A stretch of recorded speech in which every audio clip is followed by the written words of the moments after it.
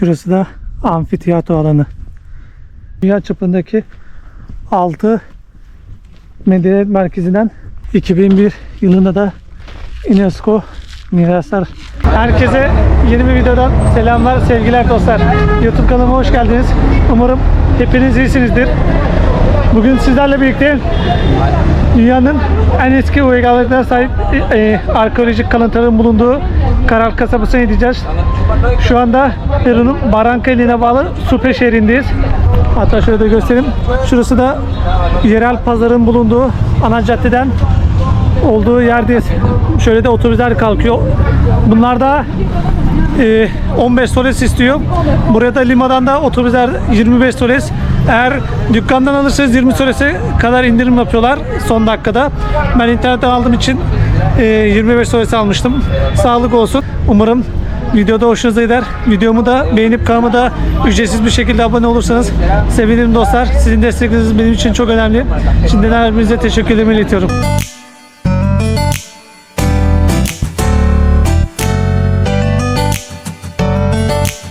Dostlar, sonunda Caral'a geldik sağ salim, çünkü yolda gelirken araba lastik işletmesi 2-3 kere düştü.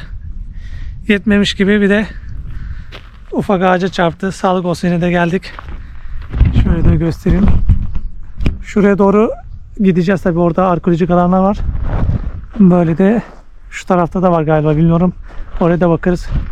Burada da yabancı dillere çevirmiş hoş geldiniz kelimesi var, hatta şurada da Türkçe var. Türkçe de yazmışlar. İmal etmemişler. Fakat burası bayağı bir sessiz ve ürpertici. Hoşuma gitti yani, güzel şimdilik. Şöyle de giriş var şimdi. Giriş ücretini ödeyelim. Devamlı ederiz. Videoya geçmeden önce size bir konuda bilgi vermek istiyorum. Birkaç videomu incelediğimde Almanca, Hollandaca, Fransızca sanırım, bir de birkaç daha dilde yanlış çeviri yapmış, yani uygunsuz çeviriler yapmış. Tabi bunları düzelttim ama sonradan fark ettim. Eğer yine öyle bir şey olursa yorumlara yazarsınız, ben de düzeltirim. Çünkü 17 tane altyazı yaptığım için, bir de videoları düzenle sürekli de seyahat ettiğim için gözümden kaçabiliyor. Bu yüzden de şimdiden kusura bakmayın. Dediğim gibi yine aynısı olursa videonun yorum kısmına da belirtirsiniz. Kaldığımız yerden devam edelim. Piramitlerin bulunduğu, amfiteyatroların, alışveriş merkezi gibi böyle küçük pazarların bulunduğu ve büyük çoğunlukla da böyle taş yapıların bulunduğu bir yer. Tabi bunların hepsi de taşlardan yapılmış arkeolojik yapılar dostlar. Hatta şöyle değişik fotoğrafları da koymuşlar. Yine ilerleyen zamanlarda tarihini anlatırım. 3800 yıllara kadar dayanıyor. Kutlama falan yapmışlar. 2016 yılına ait. 2017 diyor. 2018'e de ait böyle kolektif kambiyo da 3800 yılına ait şöyle resimler var. Bu da gece görüntüsü. Var. Gece bile muazzam yani. Bakalım ne diyor. Sivilasyon China, Hindistan, Mısır, Mezopotamika, Caral, Afrika falan. Yani Mısır, Hindistan, Çin'in de bağlı olduğu büyük bir alan. Tabi dediğim gibi yine tarihini anlatacağım. Neden Çin ve Mısır, Hindistan dedikleri. Bu da burası dediğim gibi Amerika'nın en büyük, yani Güney Amerika olsun, Amerika'nın da en büyük uygarlıklara ev sahipliği yapıyor, arkeolojik alanlara dostlar. Şurada da yine ne kadar büyük olduğunu görebiliyorsunuz. Nehrin bulunduğu, o zamandan kalan anısına. Caral diyor, Pueblo Nuevo vesaire öyle gidiyor. Eski zamanlarda balıkçılıkla da uğraşıyorlar. Tarım. Görüyorsunuz. O zamanların geçim kaynağı. Bu da enerjik diyor, bir şey diyor. Değişik yemeklerin falan yapıldığı, yani tarımla uğraştıkları pamuk, başka çeşitler de var. Şu da piramit tabi. Yani burası Mısır'dan bile daha eski tarihine ev sahipliği yapıyor dostlar. Çıkarılır eşyalar falan. İnka, Karal birçok eşyalara ev sahipliği yapıyor. Setoro Info Merkezi. Burada hediyelik eşyalar var. Bulmaca demişler, kargırama. Şurası bir numara, hadi Karal desek. Şurası da Horizontal. Değişik çözdüğümüz lazım diye. Burada da fotoğraf çekebileceğiniz alanlar var. Burası ne? O zamanın tarihini anlatıyorlar. Bayağı da büyük alan. 11 soleste giriş ücreti ödedik. Tabi burada da turlarla ziyaret ediyoruz. Bir abimiz bize eşlik ediyor. Yani burayı tanıtacak. Şöyle de göstereyim. Bayağı da büyük, şu kadar büyük bir alan. Tabi benden daha çok bu alanı göstereyim. Şöyle söyleyeyim. Şimdi kendisi bize buranın 88 hektarlık bir alana sahip olduğunu söyledi. Yani ben internetten baktığımda 66 diyordu. Ama öyle değilmiş yani. Tam tamına 88 hektarlık bir alan. Şu kadar da arkaya doğru gidiyor piramitlerin bulunduğu. Restore edilmiş, tekrar yapılması mümkün olmayan alan. İleride de farklı kalıntıların bulunduğu yer var. Edifikasyon Mithat. Şöyle ilerliyoruz. Alan büyük olduğu için yani kendisi ileride tarihini anlatan kişi de, anladığım kadarıyla da size de çevirisini yapacağım. Görüyorsun ne kadar büyük tarihi kalıntıların bulunduğu yerler. O zamanlardan yaşanlar, yani milattan önce 3500 yıllara kadar, yani 5000 yıllara kadar da dayanıyor burası. 2001 yılında da UNESCO miraslar listesine giriyor burası.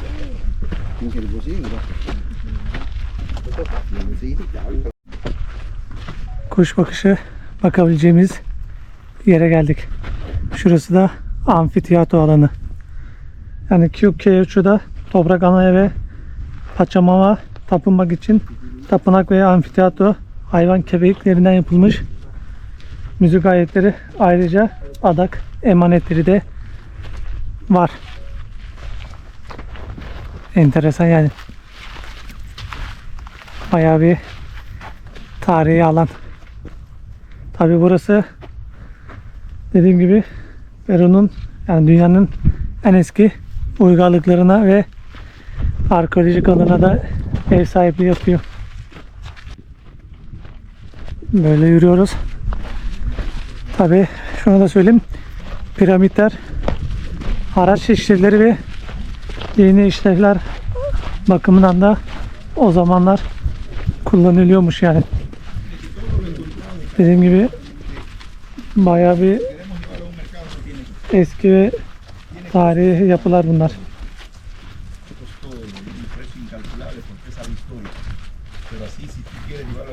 Burası da ayrı bir tarihe ev sahipliği yapıyor.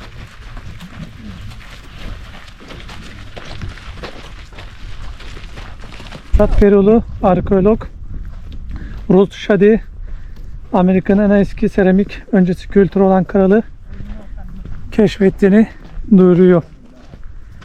Peru'nun sunduğu antik çağa göre dünya çapındaki 6 medeniyet merkezinden biri olarak da kabul ediliyor sonrasında. Bunlar Mısır, Çin, Hindistan, Mezopotamya ve Mezoamerika'nın yanında yani. Bayağı da büyük medeniyet burası. Büyük alan. 30 yıl diyor karar. Şimdi başka bir piramide geldik.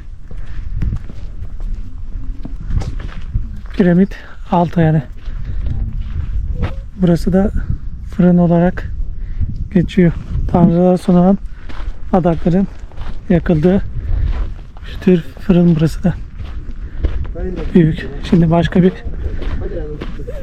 yanına gidip oranın tarihine bakalım.